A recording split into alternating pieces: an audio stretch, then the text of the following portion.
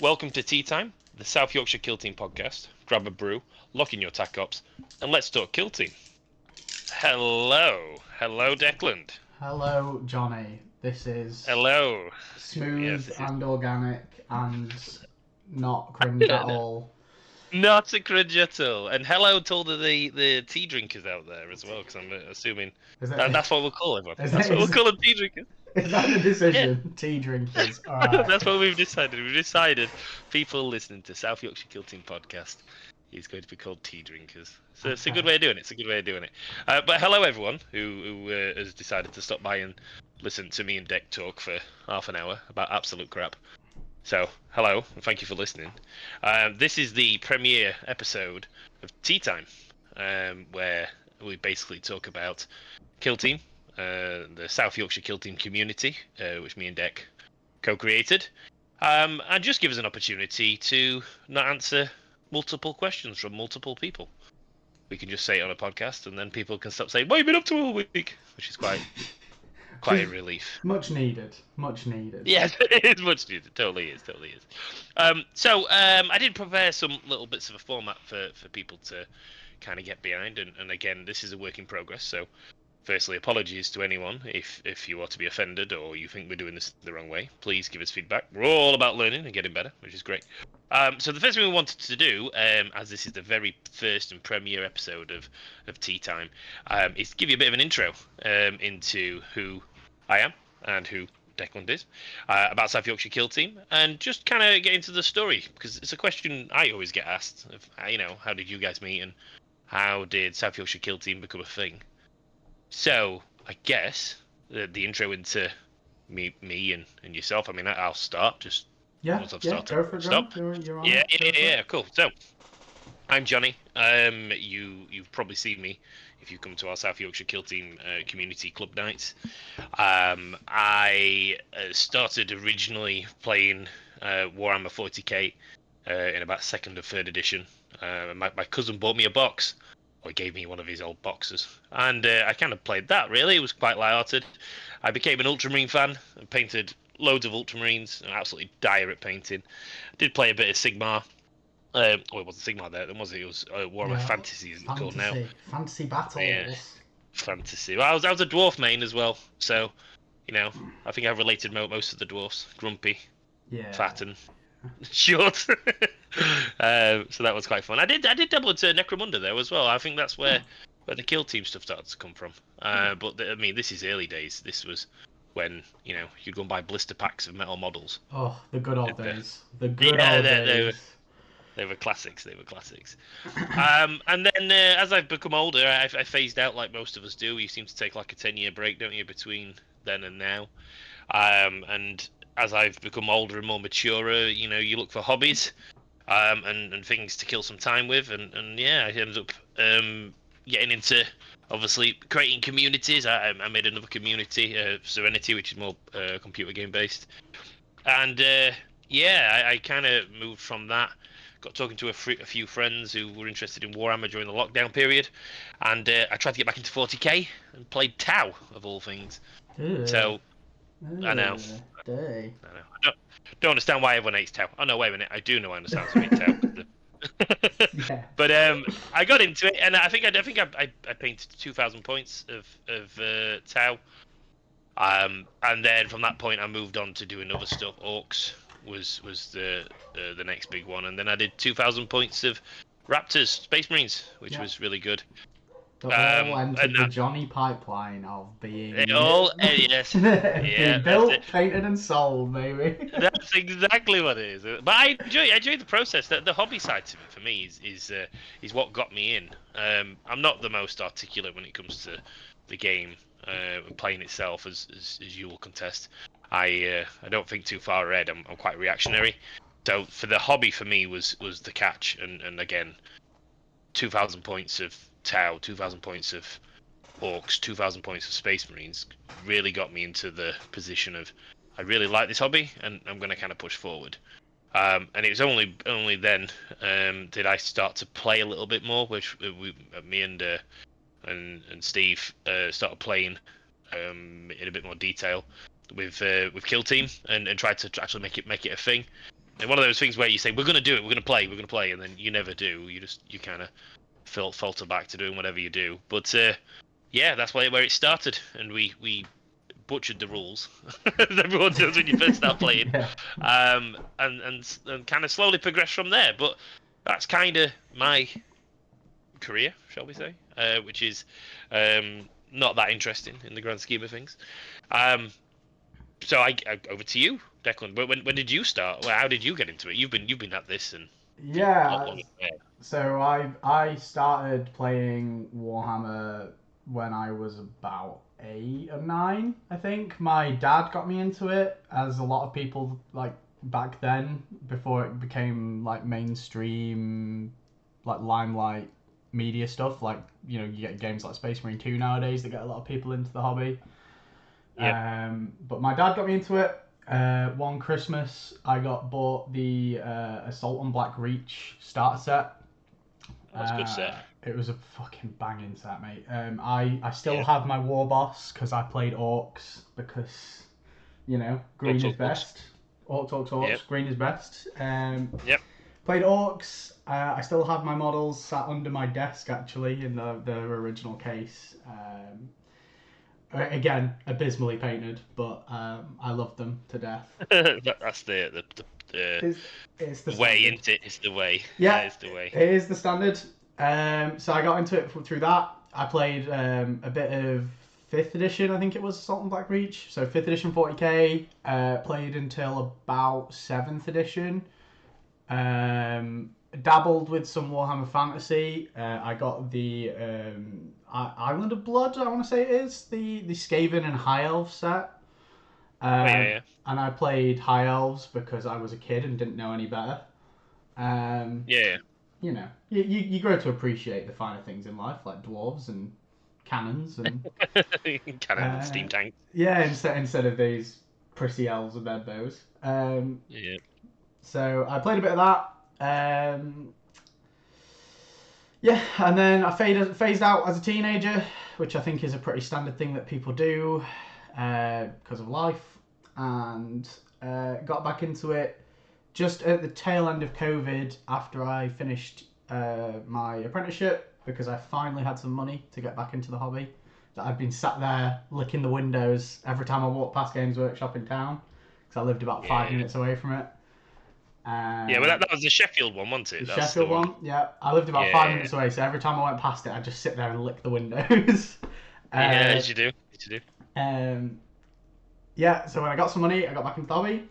And by chance, a GW employee who no longer is a GW employee, who shall not be named, but knows who he is, upsold me the Kill Team starter set for 2nd edition, which was the Commandos and Death Corps. Classic, yeah. He upsold me the starter set, and the rest was history. Basically, I've been playing Kill Team ever since. I started playing Kill Team with my little brother on the kitchen table, using the starter set with far too little terrain. I was playing the Death Corps, and my brother was playing, I think, Novitiates, and he was just wondering why the whole time they were getting shot off the board. It just turns out we had no terrain. Yeah. So, yeah, that was fun. And then, ran into you at the Outpost. Shout out to the Outpost. The Outpost, yeah. Ran into you at the Outpost.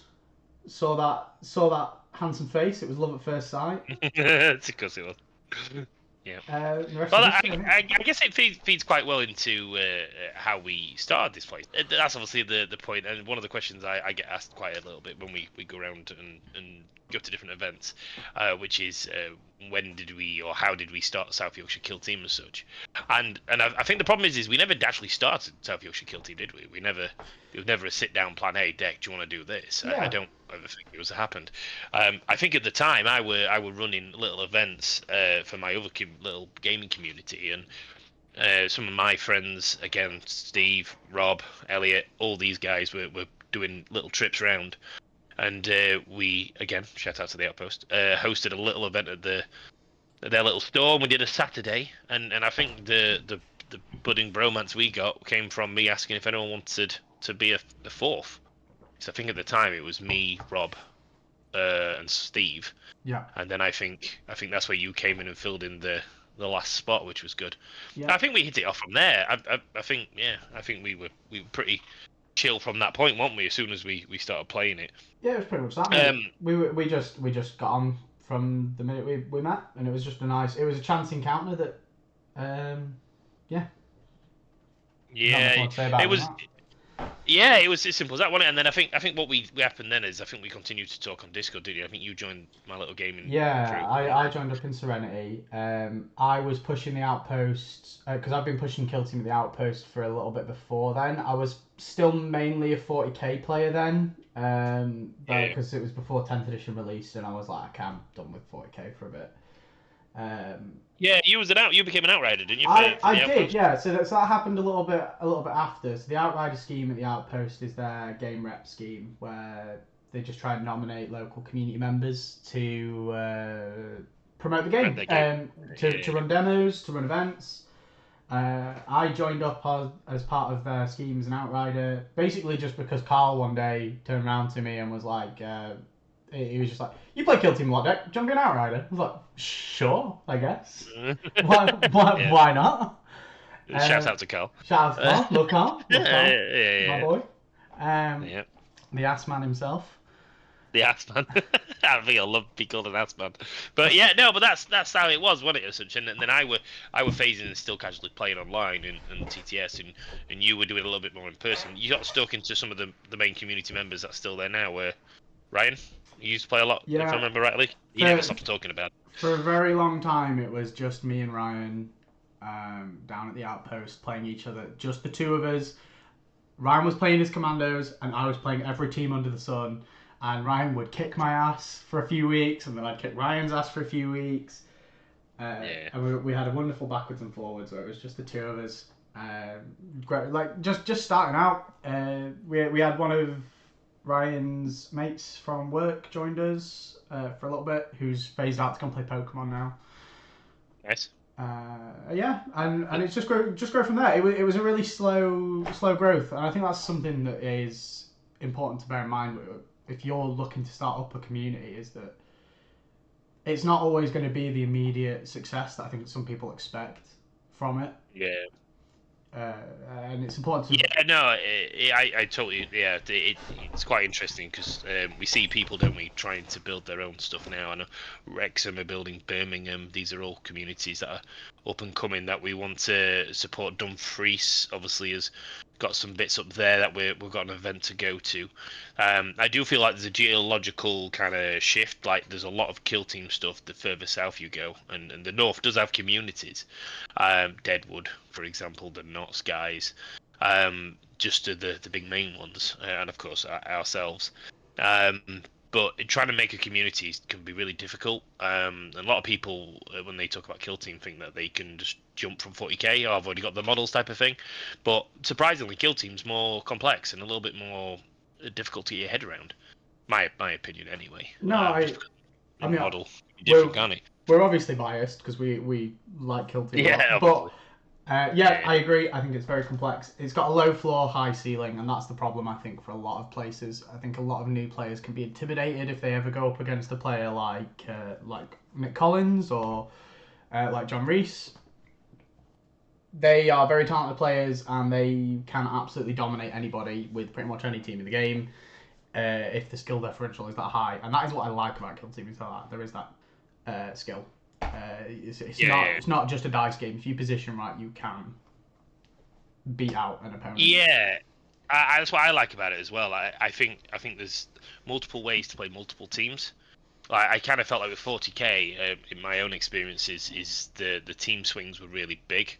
And yeah, you could make lists and you could do this and you could do that, but your teams or your armies would filter into a certain way of playing. Where I think with Kill Team, there's a little bit more balance, or not even balance, the wrong word. Probably a little bit more swing about how you play things. Yeah. There is an optimal way, of course, which is obviously a way to play a selected team. You've seen that a lot at the moment with Goremongers and Sanctifiers. The dreaded Sanctifiers, where people are obviously having a lot of opinions about how should and shouldn't be played and what is the right loadout and different bits. Yeah. Just Excited to about just to push us back to the line of talking that we were on about, which is obviously starting the club. We after me running stuff as an outrider at the outpost for a bit, started running some local tournaments. I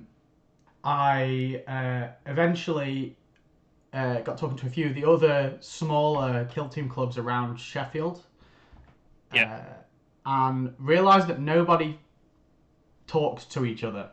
There was like 4 or 5 small groups. No kill team community talked to each other. And I think this is kind of a problem in the kill team community in general, is that there's not a lot of crosstalk between communities. So when I found that out, I approached you, Johnny, and said, look, I have a design, a grand vision. We're going to make these Muppets talk to each other. Yeah, I have the Emperor's will on my side. The Emperor's will is on my side. We will make these idiots communicate. And that's kind of been South Yorkshire Kill Team's mission statement. We're not so much a local gaming club per se. Obviously, we run all of our events, we run all of our nights, we run all of that stuff. But the main thing that I wanted to do out of this is to get all of the local clubs talking. And I think as we've grown and grown and grown, that's slowly spread out. And now we're trying to get all of the national clubs talking. So we're trying to get Deadwood talking to Notts, talking to Lincoln, and shout out to Simon at Lincoln. Shout out to Simon. Shout out to all of our friends throughout all of the different kill team communities up north, because we have some very, very good communities up here that are growing or are already huge, like Deadwood and Notts. And I think it's a big thing as well, talking about communities and how they build. I think having support and having people for advice is a fantastic thing. Jason from Nottingham Kill Team has been fantastic and instrumental in giving us information about how to do things, what not to do, how all these processes come together. Because it's a difficult process. It is like running a small business in a way, but it's like it's running a small business that doesn't really make money, but also it's something you're really passionate about. So you end up in this cycle where you're trying to do things for people, and trying to get as much enjoyment. Because obviously, as we say this all the time, don't we? Currency is your time. So the fact people are coming and wanting to spend time, play games with us, and interact with us, that's kind of the currency that we play in. But unfortunately, that type of currency doesn't always pay for the tables and pay for the events and pays for whatever. So you've got to strike a balance of trying to make it really fun and engaging, so people again take that leap, they want to come play, they interact. And then on the flip side of that, you also need to be as professional as possible, to allow the community to grow with the good standards, and to grow into a competitive environment. Because we that's how we started. When we were quite chill and quite relaxed and light-hearted with the setup, and then over the last year or so, we've become a little bit more competitive as a community. Shout out to the Shark Tank crew and South Yorkshire Kill Team.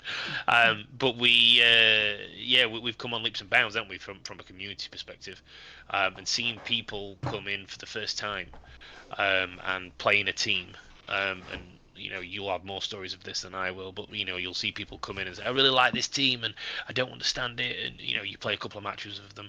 Fast forward 6 months later, they're sat in the car driving with you to the next Kill Team tournament, winning matches, part of the winning team, and just really being really part of it. And I think the social aspect and the community aspect, camaraderie is a real set that we try to push in our community, and I know the other guys do as well elsewhere, where giving somewhere to go on a Wednesday night and friends to talk to, I think it's powerful, and I think it's really useful from certain people's perspectives. So we've made really good friends, haven't we, over the last last year especially. We've got loads of people that have joined our community from a fun perspective. Some of them have gone on to become competitive in the competitive scene and going over to different bits. So it's ticking over quite well in the grand scheme of things.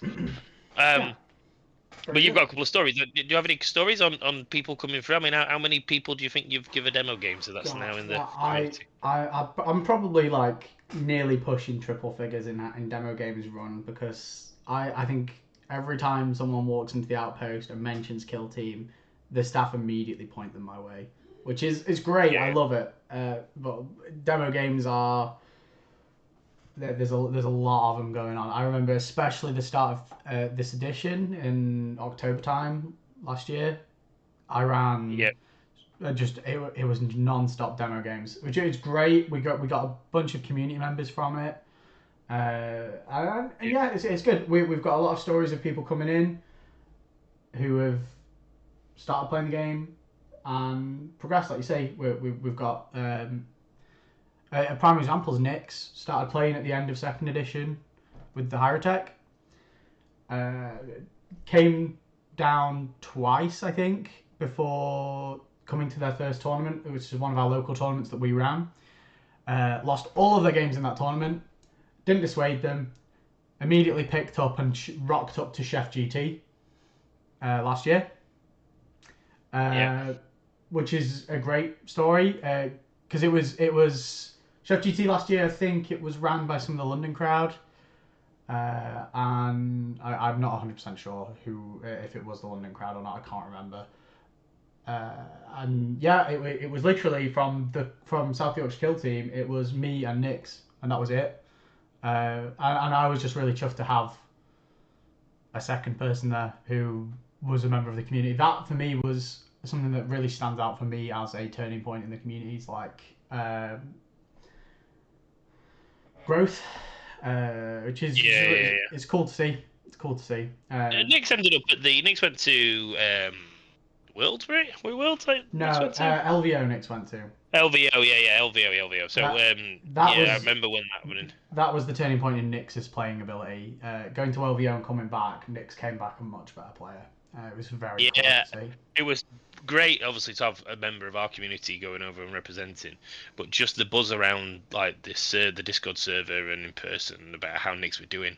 Yeah. I know we were getting updates and people just updating, like, they've beat this person, that person, they're doing really well, and they unfortunately lost this game, and then getting live updates on the server from Nix between matches was really good, and we do it now, don't we? I think that's where the birthplace of our little event updates. Yep. So I know we've got more events coming up, and anyone in our Discord server will get quick updates from members showing and telling how the community's going and how the event's going in particular. Wow. But yeah, Nix has no chill though. Just Nix, if anyone ever plays. Nix has no chill. And on that incredible segue to the future events that are going on, we can talk about what's been going on, what is coming up for us. I think is a good way of moving on from. Yeah, no, totally. Yeah, I will talk forever. Just so if anyone is listening to the podcast, if you get me talking, I will not stop talking. So so you will hear as we go. This is why it's not just you. Yeah, this is why it's not just you on this podcast. This is why there's the two of us, because I'm here to keep giving you the little. I'm like the little cherub, giving you the little poke. But that's you know what, that's how we work though. It's always been the same. You're the law rules guy and I'm just the idiot. So it does work out. It's why we're a match made in heaven, Johnny. Match made in heaven. So but what events have you got coming up? Do we talk about events or do you want to talk about what we've been doing? Let's go for what has been going on. Let's talk past tense. So we obviously have our weekly play sessions, which I have been a little bit absent for recently because I've been busy. So you've been taking point on that, Johnny. So do you want to give us a little bit of a chat about how the Wednesdays are going? Because I'm so 100%. So just to kind of go through this, and again, apologies if I'm telling anyone who sucks eggs and the regulars, but just for the wider audience, South Yorkshire Kill Team runs free club nights. Wednesday at the Outpost in Sheffield, Thursday at Hobby Workshop in Barnsley, and then we have another night at the Outpost with Nix. That way then we capture kind of everyone's free time, because some people couldn't do Wednesdays, could do Thursdays, couldn't do whatever. So the Wednesdays is the main one that I attend, and the last couple of weeks the numbers have been quite ramping up in regards to people joining and playing. So on a steady week we would have a handful of tables. I think last week I ordered 6 or 7 tables to be played on, and we struggled. to keep those tables, because there were just more people. I think we ended up with 14 different players, which is starting to get into event territory. I think we've ran 16-man events. We could have ran a 16-man event on Wednesday. The events themselves, or the club night themselves, was a good mixture of new people, and people getting into the game and more competitive matches. I managed to get 2 games in, which is good. Shout out to my first opponent, and apologies to my first opponent that I was playing. Being front house, as I call it, and you call it as well, Deck. Trying to navigate where people to go. Tables over here. Go and play this. Here's the mission. Oh, you've got a question. Oh, can you do this? And it becomes quite a juggling act when you're on a club night. So being able to play a game, not alone 2, and help get people where they need to be in the club night can be quite a challenge. But what's also good is everyone's chipping in. So when there's a question, a rules question, for example. I mean, firstly, please don't ask me for rules. I'm useless. But we do manage to ask other parts of the club night to help out and to give out and to support each other. And yeah, there were loads of good games going off. I personally played again my beloved Wreckers, and played Scouts on the first game, which are an interesting team in the grand scheme of, obviously they're not elite, they're more hoodie. But they've got tricks, which always made me think a little bit more rather than just firing rockets at things. But the club nights are going well. I know Luke on a Thursday. We've been pushing Hobby Workshop and having an alternative location, which gets it doesn't get as many members as such, but I know we're planning to do some more visiting down there. But I know we've had some really good club nights down there. And then on a Friday, this is sort of like the overspill for people who can't make it during the week. Nix, who runs the Fridays especially, is it's sort of like a grudge night. That's how I always see the Fridays going, where the matches that are arranged are usually like Nix versus this person, who they've got like a little bit of beef because they had a match previously, or it's this, it's a bit more focused on a Friday, where I think obviously Wednesdays are a big thing. But we've got another event coming up though. Obviously we're busy on the weekend, which we'll go into, but this Wednesday will be probably a busier night. We advertise obviously our in our Discord, and we do pre-matches beforehand. That really helps us, and gives a chance for people to prepare, and then from that point it becomes into more LFG, and people just kind of play whoever is free at the time. So the club nights are really good. They last a couple of hours, and it is a good chance just to throw dice and to kind of just go along with the flow. But a lot of these people, there was a handful of the members that were there that went to Sheff GT, which I think you know a little bit about, Declan. Yeah, I mean, I was obviously TO for Sheff GT this year, which is super exciting. It was the first UKTC event that I've ran to great success, I'd like to say. I think it went very well. So it was just me running it. It was a bit of a smaller affair due to a little bit of confusion around who was actually meant to be who was meant to be the TO for it. So between it was initially meant to be Ryan Slater from Turning Point. He was meant to be taking the lead, and I was going to be giving him little minion support. Was he on holiday again? He's always on holiday, right? Yeah, off on holiday again, mate. Jet setting around the world, never in the country. But we love Ryan, so it's all good. And obviously, I was there to pick up the slack. So there was actually a TO for the event, which is good, because if I wasn't, the event would have got cancelled, and that would have been really. How many members? How many people was the event? Because I know, again, I've never been to a UKTC event. I don't know much about it, but I do see the numbers come in, and I know we spoke before and after the event. But your numbers, some places are 50 odd, 70 odd, 100 and thousands of people, but this one was a little bit small, I believe. But I think that's a good thing because it was a bit easier to TO, I believe. Is that how you describe it? Or so this one was like, because it's 2 day, you always get less numbers anyway. 2 days tend to only attract the slightly more hardcore inverted commas, people. Yeah. Yeah, Anyway, it's a commitment for 2 days, isn't it? it's a massive commitment, and Kill Team, a lot of the crowd for Kill Team, like yourself, Johnny, are dads who don't have the time. And that's just a demographic thing, which is something that we'll probably talk about another time, is about Kill Team demographics and tournaments and running tournaments and all that stuff, because I'm keen on talking about that. But yeah, number-wise, there was about 21 people. I think we would have probably got a few more if we knew that I was handling the event more than 3 weeks in advance, because I knew about a week before the ticket sale cut off, so we didn't get too much advertising for it. Yeah. Which, it's just fine. 21 players, 2 dropped on the day because they couldn't make it. Yeah, that happens. Unfortunately, that's an unfortunate scenario. That's nature of the beast, mate. Nature of the beast. So we did end up with 19 players, which meant we had a bye game going off.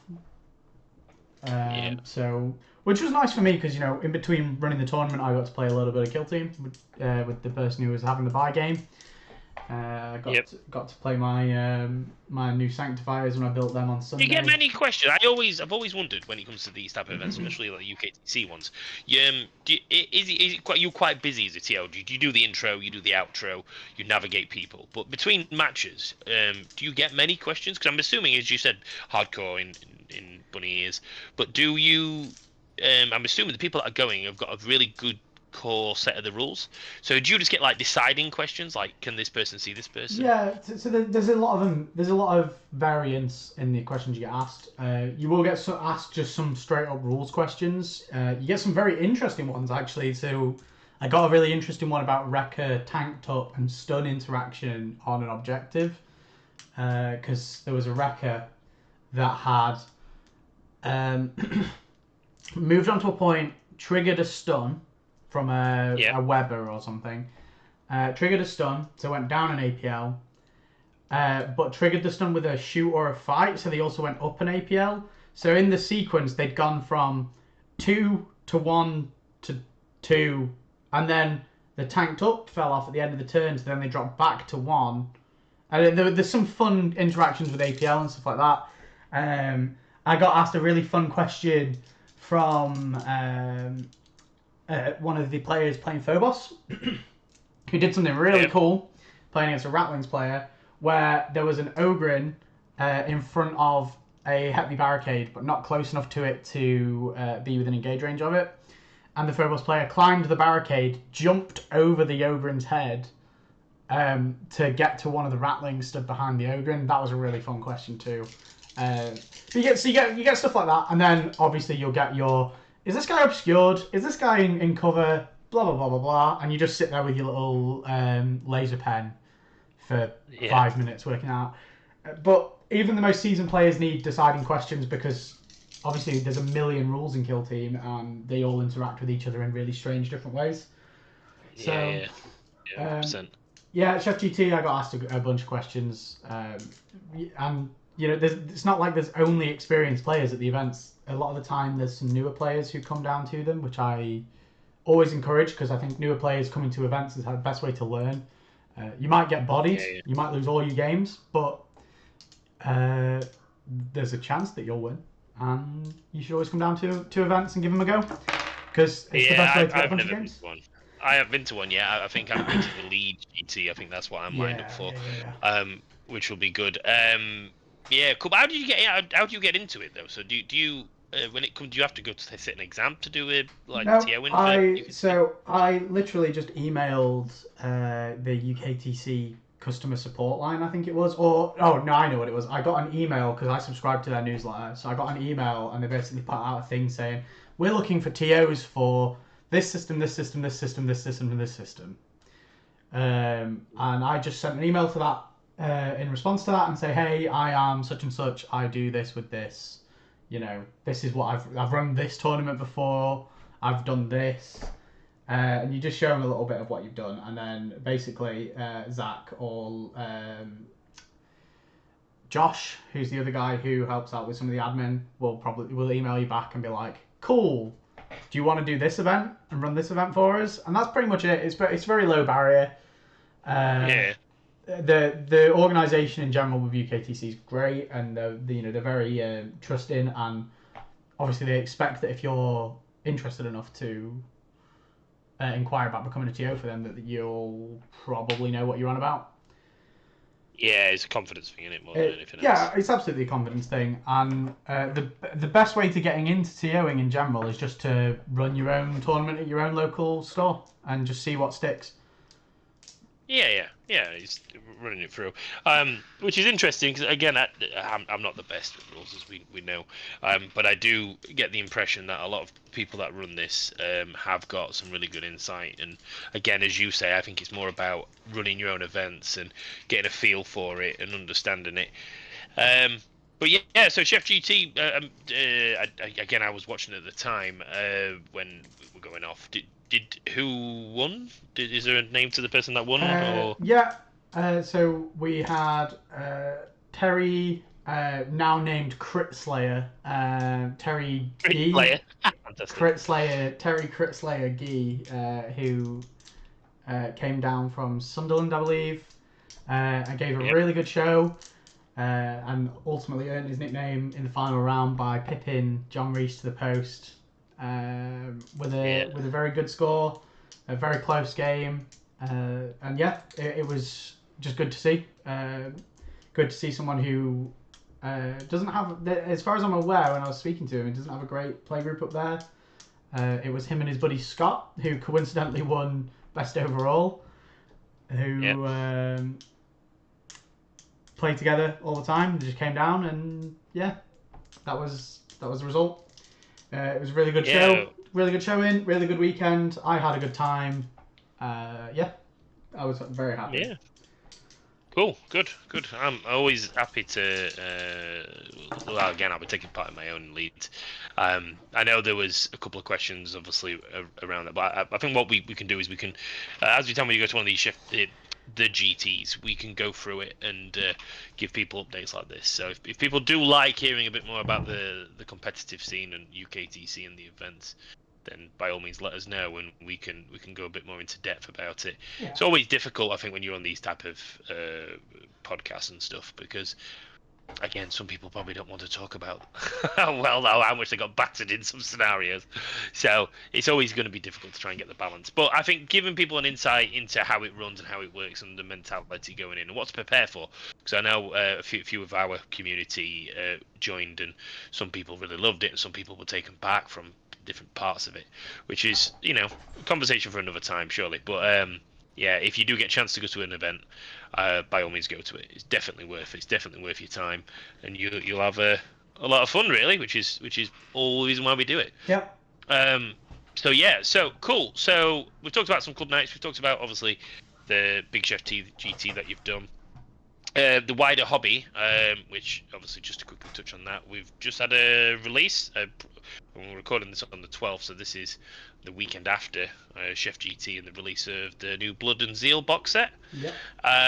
Which I believe we've both got our box sets now, which is great because I know the timing was awkward for you, wasn't it? Because I was on my way home from UKTC on Saturday, like gunning it down to the outpost to go and pick up my box before they closed. Yeah. But yeah, got my box. What do you think to it then? So I've literally unpacked my Goremongers. I've not stuck them together or done anything. I've played one match against both Sanctifiers and Goremongers. I know you're interested in both teams, mainly Sanctifiers. I think Pippi. Have you played many matches with them? What do you think to them? Yeah, well, just going off of the actual kits to begin with, because obviously the game's not the be all and end all, but the actual kits are phenomenal. There's some. I've had some issues with the Goremongers kit where there's a lot of spindly little bits that like to snap. Not looking forward to them. They're not bad. They go together quite nicely, to be fair. It's just there's a lot of big spikes that like to get caught on things and bits and bobs like that. The Sanctifier's kit is also very good. It goes together really nicely. I think there's not many parts to put together per body.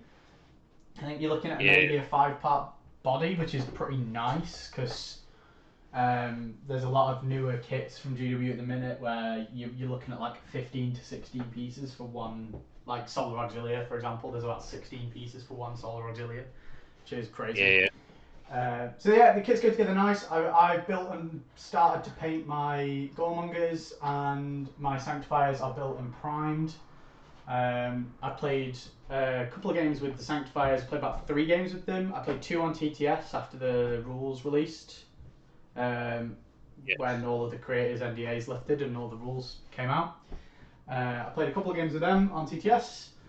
They're very good. They're very good. They have a lot of shenanigans, and they're just very strong.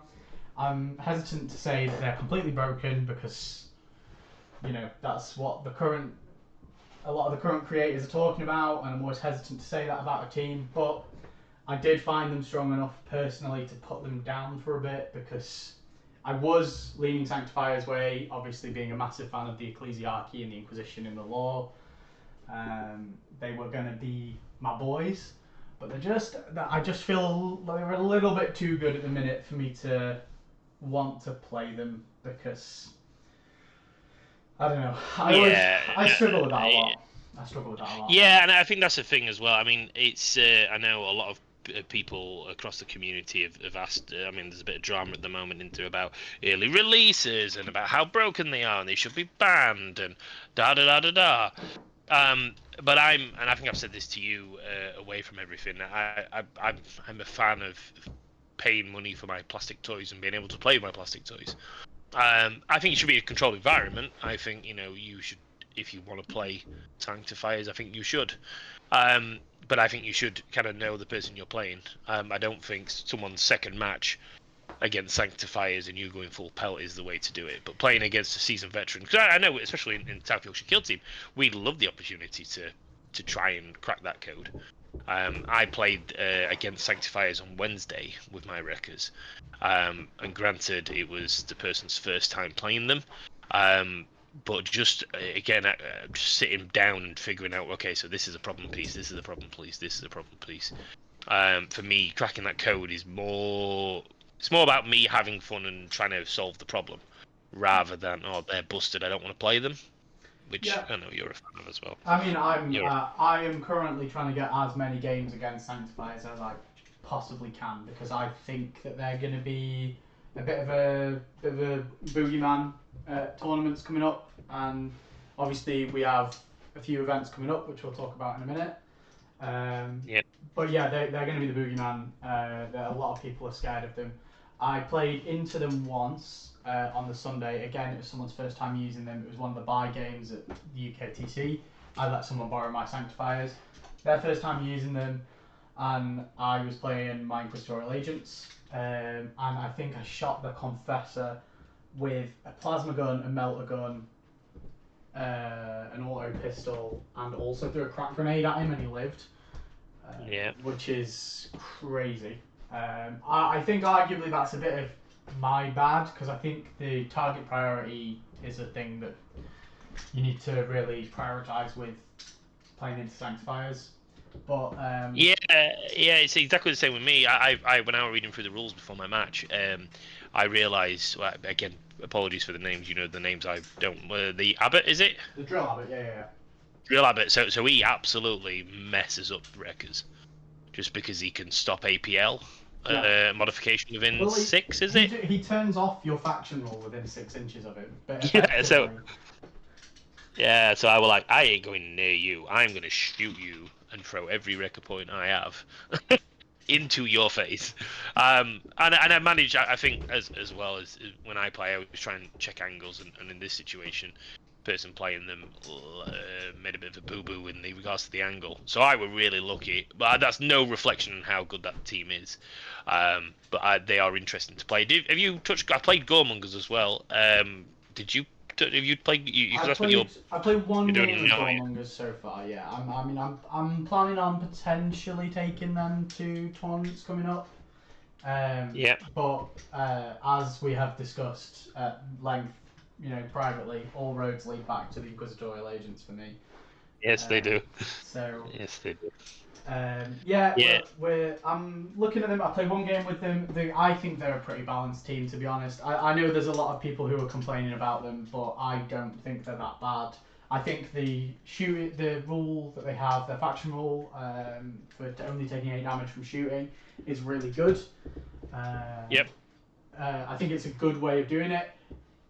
To me, it feels like Games Workshop kind of went, oh, we found a way to balance the frenzy mechanic from Felgor, and then they just gave it to a new team. Yeah, I do find that with a lot of people saying, oh, they're like Hand of the Archon, but better, where they've got all these rules that they can just pull out and just do whatever, which is good. And you're just you're painting yours, aren't you, at the moment? And I am in the switching middle of over to painting hobby. mine, yeah. I'm in the middle of painting mine Yeah. at the moment. I'm about 4 models completed, not including bases. I've got to go back and do the bases because I was in a bit of decision paralysis about the basing scheme. But yeah, I've gone for like a slightly different take on them because I've seen a lot of the black and red, so I've gone for a white and teal Goremongers kind of aesthetic, and I'm reasonably happy with it. I've not put a huge amount of effort into them, so they're definitely a bit rough around the edges, but I'm very happy with them. And yeah, I got 2 extra aspirants that I bought singles off of eBay. As much as I loathe to do that, I didn't want to pay for a full sprue. So I'll have all of my aspirant options to swap out for the Stalker and the Impaler when I play. And yeah, I'm enjoying painting them. The kits build really nicely, like I say. Obviously, minus the little bits of spindly stuff that you can snap quite easily. The only thing that I actually have snapped is the Blood Taker's little vial thing. Yeah. That has a very, very small connection to it, and that's snapped almost immediately upon taking Just it be off the careful, people. Anyone who's building Gormley, just be very careful with them. They are brittle parts, and it's quite easy just to snap them off. I mean, nothing that super glue can't fix, but you know, when you buy your new toys and stuff. I managed to plastic glue this one back on, just because the connection snapped quite cleanly, luckily. So the plastic glue managed to glue it back on nicely. But they're a really fun kit. There's a lot of fun painting going on with them. They're all of, because it's quite muscular. There's a lot of easy highlighting to do. We just highlight the raised muscles. But whenever I'm going through and painting individual abdominal muscles on a model, I feel always a little bit like, almost slightly perverted, going through and painting individual abs and.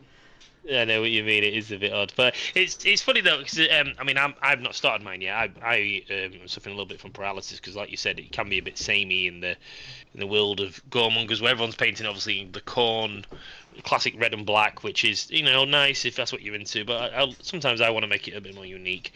And anyone who knows me in real life knows I've been a massive Orc fan. Me and you laugh about this, but I always try and Orcify teams. So Hand of the Orcon, and then you came up with the idea of Gorkmongers, which is something that I wanted to do, and tried to convert the models. And then me and one of our community members, Jack, shout out to the famous J Train on Instagram, who's massive into conversions, has massive influence in a lot of stuff our community does in regards to painting. And me and Jack have been talking about different ways we could amend those models in a way just to make them that little bit more unique. We were going to do some sort of like beast snagger type things where we were going to convert the models and do different parts. But I don't know. I'm not convinced. We aren't playing any games. I don't want to stop piling myself into doing something different as of yet. But it's really good to look at all the different options and try to be unique with the models. It's definitely something that I try to do. I mean, we were talking about obviously the upcoming Ravager set, which we won't talk about on this episode of the podcast. I'm sure we'll talk about in the next one. But the Ravener set looks interesting. It's a 5-man kill team. Yeah. And I know you were mentioning about to continue with the Orky swap of doing killer cams with drills. Yeah, Yeah, Pelican's sure would be fantastic. so cool. Yeah, it'd be good. But there's loads of unique options, and you know, if anyone does have any cool crossover teams, then feel free to leave it in the comments, and I'll come back and see if I can steal the idea. Because I've got a thing about stealing people's ideas, eh? You do, mate. You do, mate. You have a little bit of a habit of it. Yeah, Yeah. absolutely. It's very good, very good. But Cool. speaking of the hobby though, John, you're not only are you doing your own stuff, you've been dabbling in commissions for the first time. Yeah. So that's always an interesting topic. So just for the record, I am just an idiot who finds a bit of time to paint. I am not the most confident of people when it comes to it. Some people say I'm pretty good at painting, which is always a compliment. But the journey of painting models obviously came from I know a few people, not to mention any names, who don't like painting. So I end up painting their models, and as I say, it builds up. On the last month or so is again support from our good friend Jack. Has convinced me to start painting for people, and I think I've done some Felgor. I've done a rubric marine, which is the first time I've ever painted a rubric marine, which I love the colour and the way that's done. And then I'm also helping out one of my friends who's looking at some plague marines from the starter set, the really in-depth models. And I'll share some of the photos and stuff up just so people can see what I'm physically talking about. But yeah, I'm enjoying the commission. I'm enjoying the painting.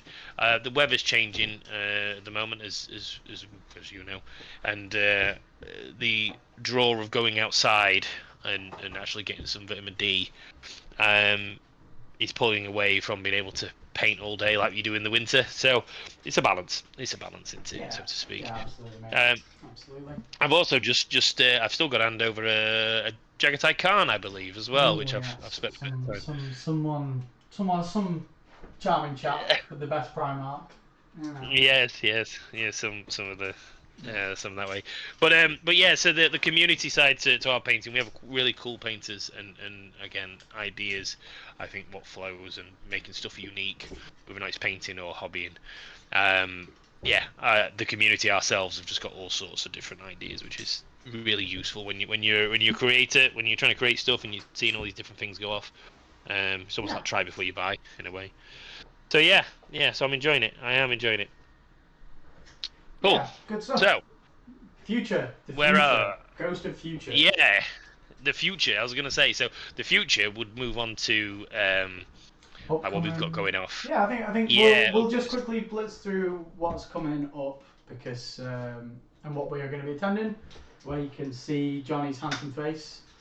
And where I will be making my presence known in the next month or so. So I'm planning on doing these as a monthly kind of affair.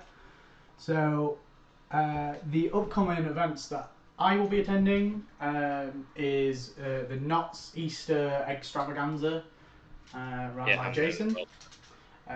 How many places has that got now? Because I know we were 72. It's going to be heaving. I'm hoping it's a bit of a cooler day because that is going to be one sweaty room in Sanctuary. Yeah, that's going to be very fun. Yeah, it's going to be fun. After that, there's the weekend after is the Norwich Spring event, which I'm making the pilgrimage down to Norwich to go and see Linford. Out to Linford. Yeah, we love the Norwich lot. They fucking love the Norwich lot. They're so good. And then we have the Outpost Kill Team event for us on the 10th of May. I can't pronounce. Is it into? Go on, you say it. Interstitial mayhem. The Necron event. The Necron event on the 10th of May. Ran by Nix. I may or may not be playing.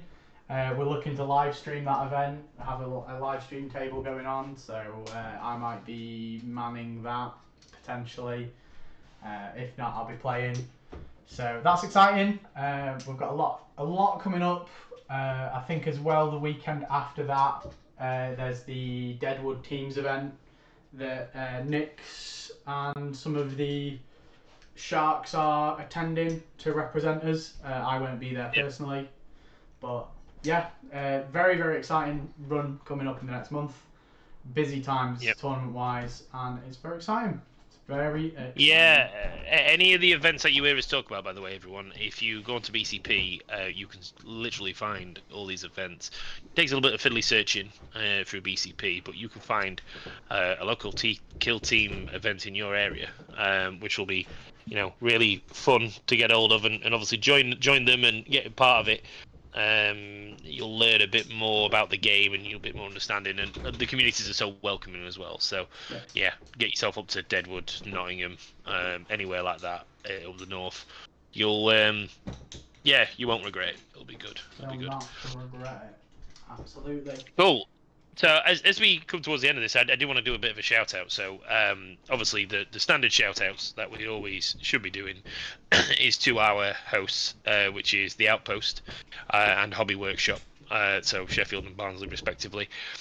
We have affiliates, so if you are looking to buy anything, use our code. Doesn't cost you anything, but gives us a bit of pennies in our back pocket.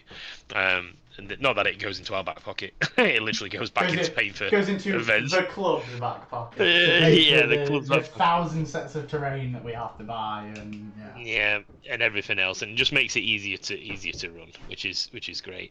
But I wanted to as well, just as that they're the two main shout outs that we always want to give on our shows, to try and promote obviously the place, because they support us and we should support them. That's exactly how it should be. Yep. So I wanted to do it as well, where you get a chance to say thank you to someone, and then I'll get to say thank you to someone. Just over the last month, is there anyone that you want to give a shout out to, or appreciate for their time? Well, obviously we've got the Outpost, Hobby Workshop. Again, we love both of those places a lot. I really would love to give shout outs to anyone who attended the UKTC, especially Terry and Scott, who have both got their golden tickets. And hopefully will be representing us in Atlanta, which will be cool. Yeah. Well, not even necessarily representing us, but they'll be representing us, UK scene generally. In Atlanta. No, we'll send them South Yorkshire Kill Team shirts. They're one of us now. Look, I have tried to convince them to wave our flag, but they keep saying that we pretend that we're Northerners, and they're Sunderland. That's what it is. They're real Northerners up north, aren't they? Them guys. Yeah. Cool. Yeah, there's those guys. We're very, very happy with both of them. They were lovely chaps, and I'm glad that we've got a chance to meet them. And that's my main shout out for this one. Yeah, well, I'm gonna again. I've got two little bits to shout out. I mean, one of them is Deadwood, the guys over in Manchester.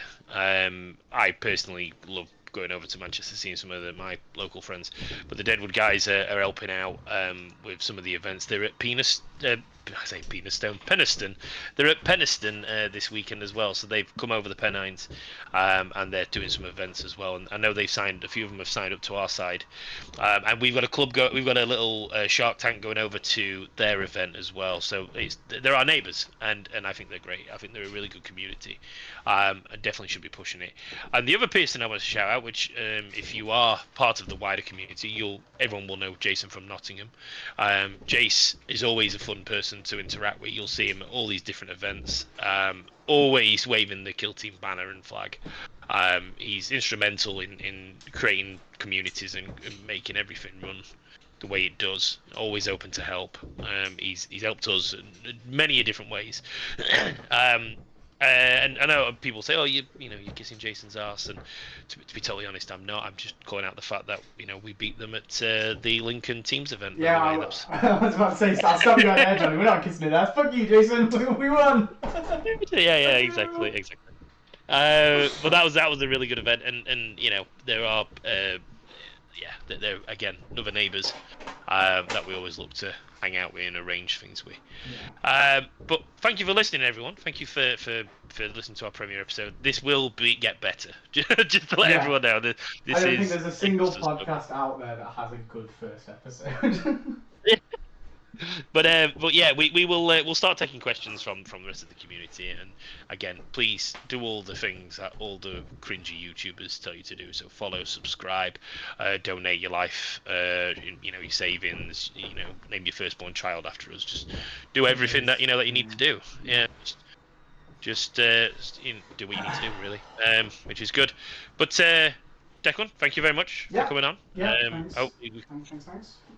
hopefully we can play some games as well this weekend as we sure prep we will. towards nuts. Sure we will. And up the north. Up the north. See you later. Fuck you, Jason.